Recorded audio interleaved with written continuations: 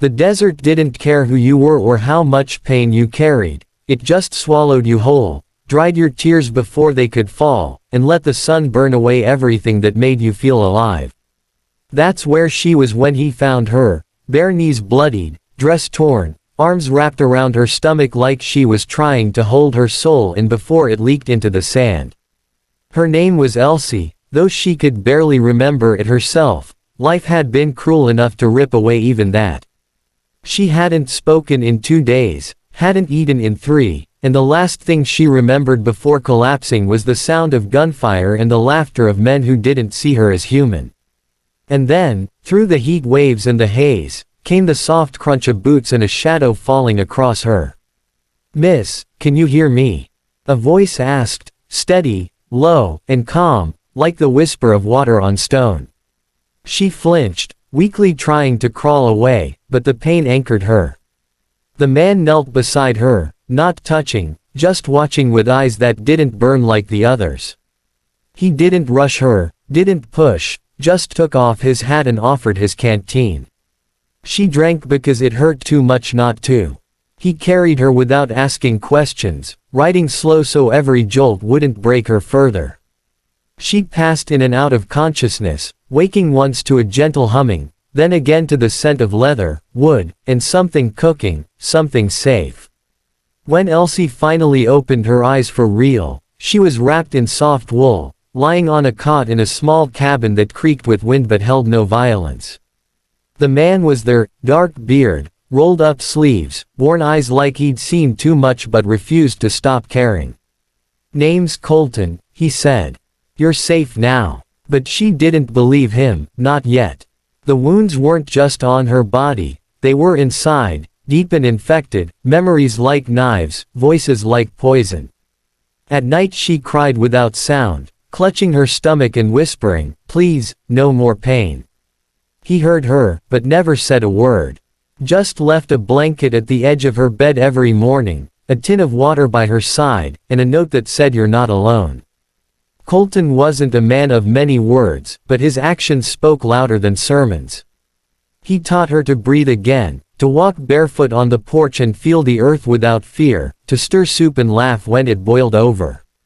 And when she finally looked in the mirror and didn't see a victim but a survivor, he saw it too. Slowly, she found her voice, not all at once, but in pieces. "Thank you," she whispered one morning as he fixed a broken fence. He just nodded, but the way he looked at her said, "I'd do it all again." Days passed into weeks, and the light in her eyes came back, flickering like a candle refusing to die. But pain doesn't vanish, it hides. And when the men who had hurt her rode into town, laughing like devils in spurs, Elsie froze. Colton saw it. He didn't ask. He just saddled his horse. "You don't have to run," he told her. "You can stay and fight. Or you can leave, and I'll make sure they never find you." But she didn't want to run anymore. Not after all this. Not after remembering she was still worth saving. So she stayed. And when the men came sniffing near the ranch, they didn't find the broken girl they'd left behind. They found a woman standing beside a rancher with a rifle and no fear in his eyes. Colton didn't shoot first. He gave them a chance to walk away. Only one did. The rest met the fury of a man who'd learned that some lives are worth fighting for, even if they're not your own. When it was over, Elsie sat on the porch steps, blood on her dress and tears she wasn't ashamed of anymore. Colton sat beside her, silent as always. "Why did you help me?" she asked finally. "Because someone helped me once," he said. "And because I saw you before the pain did." She leaned her head on his shoulder and let the quiet settle like dust after a storm. The ranch wasn't just a place anymore, it was home. Not because it had walls, but because it had healing. And healing didn't come fast. It came in the slow moments, the mornings she woke up without flinching, the nights she slept through without screaming, the day she picked up a brush and painted the sunrise like she used to when she was a girl.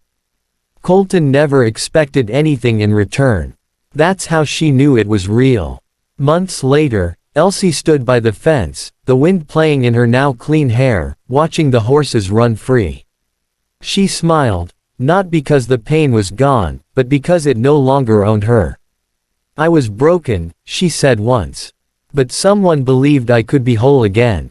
And maybe that's all it takes. One person, one act of kindness, one choice to fight for someone else's life when they can't fight for their own." If you felt something today, if this story reminded you of how fragile and powerful the human spirit can be, then don't just move on.